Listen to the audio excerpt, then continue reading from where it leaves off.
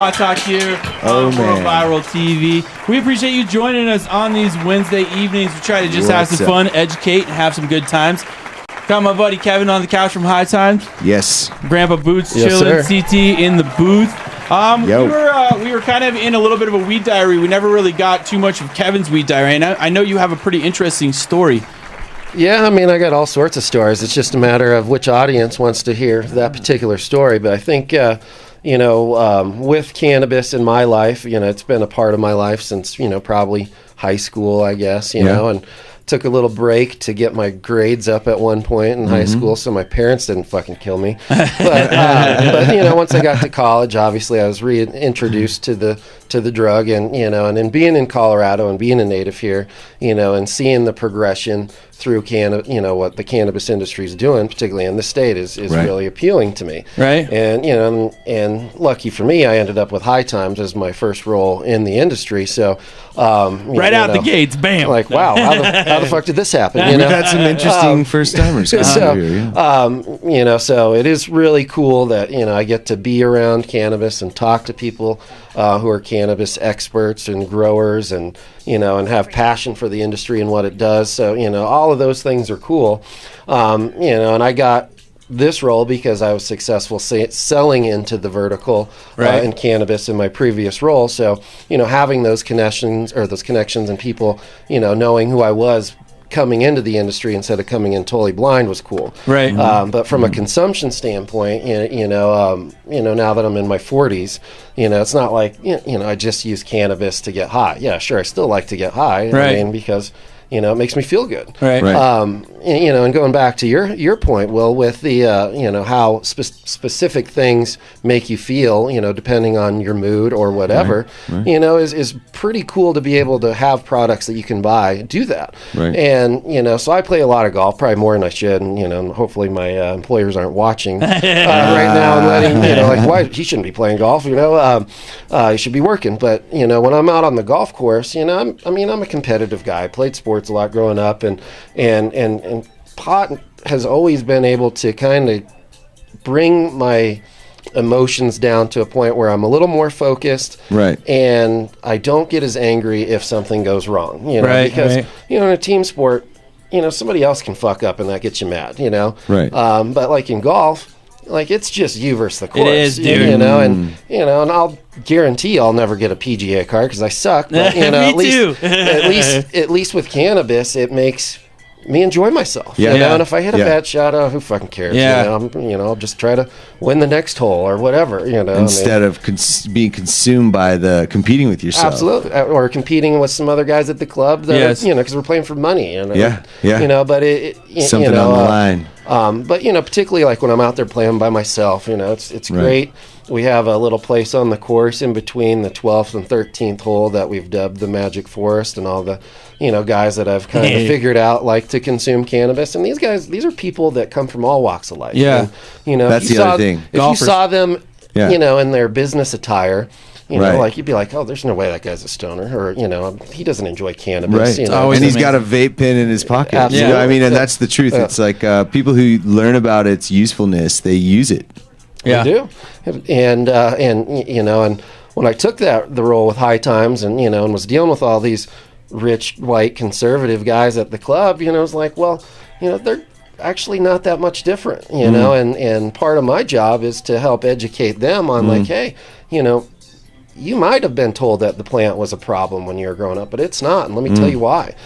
So being able to have a voice that people trust, because I work for such a cool brand, people are going to listen. I may not really know what the hell I'm talking about, but, they're going to be like, hey, that point, makes sense. I'm going to take his word for it. Well, I appreciate being able to fight the fight with you. So far, you've been a complete gentleman in the fight. A nice guy. That's what we were talking about. So, like, kindness can kind of solve all problems, right? It can, absolutely.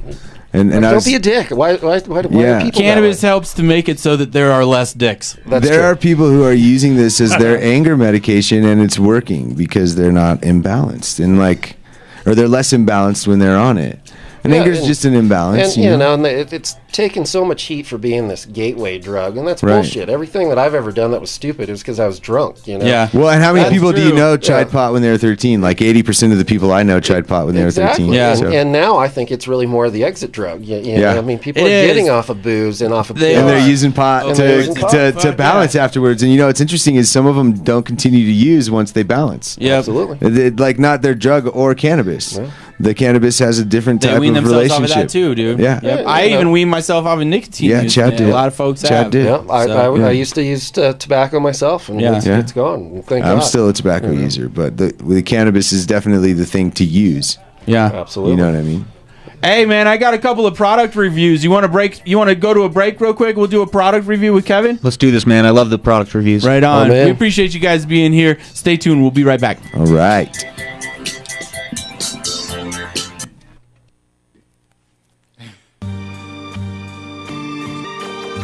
Jah Rastafari, are you alone, a guy that you're not? Who the enemies try to fall and stumble, Cause they shall never overcome I and I. By thy shield and I rock and I salvation, whom shall I fear? Rastafari alone. Though I walk through the valley of the shadow of death, Rastafari, fear no evil. Rastafari, keep I and guide I, and keep I humble. Though I walk through the valley of the shadow of death, I will fear no evil. Rastafari, King Selassie, I am guide I, and I keep I humble. I lift up my eyes unto the hills from whence cometh thy help. I help coming from Jah Rastafari, create the heaven and earth. No one can make I splurt, can't do I no hurt. Rastafari alone, wear the crown and we no care who I try. Emperor Selassie, I may praise no other guy. Some no care what them a say, what them do every day. Me just get up on my knees and pray. Rastafari, though I tread through the valley of the dead, I will fear no evil. Rastafari is a guide and shield, I'm and I keep I humble. Though I walk through the valley of the shadow of death, I will fear no evil. Emperor Selassie is an eye guide, and I keep I humble. I lift up my eyes to the east from whence cometh our help. Our help comes from the Lord God, Jah Rastafari, King Giles, Selassie, who is heaven and earth. Jah will not suffer an eye foot to be moved.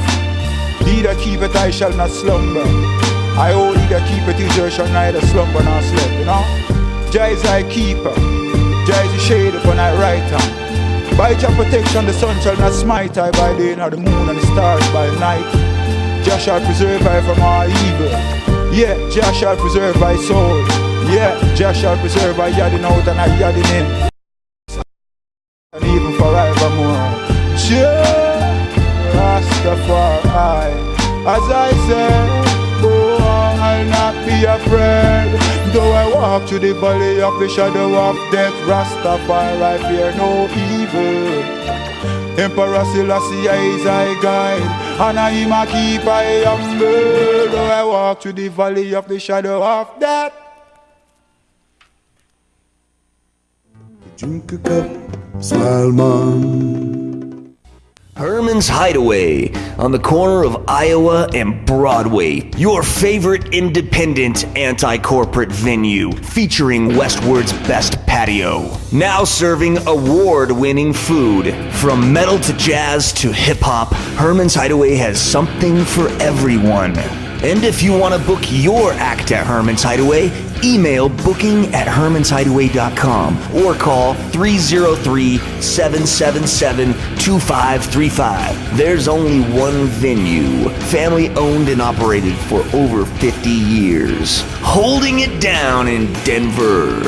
Go to hermanshideaway.com for more information and show listings.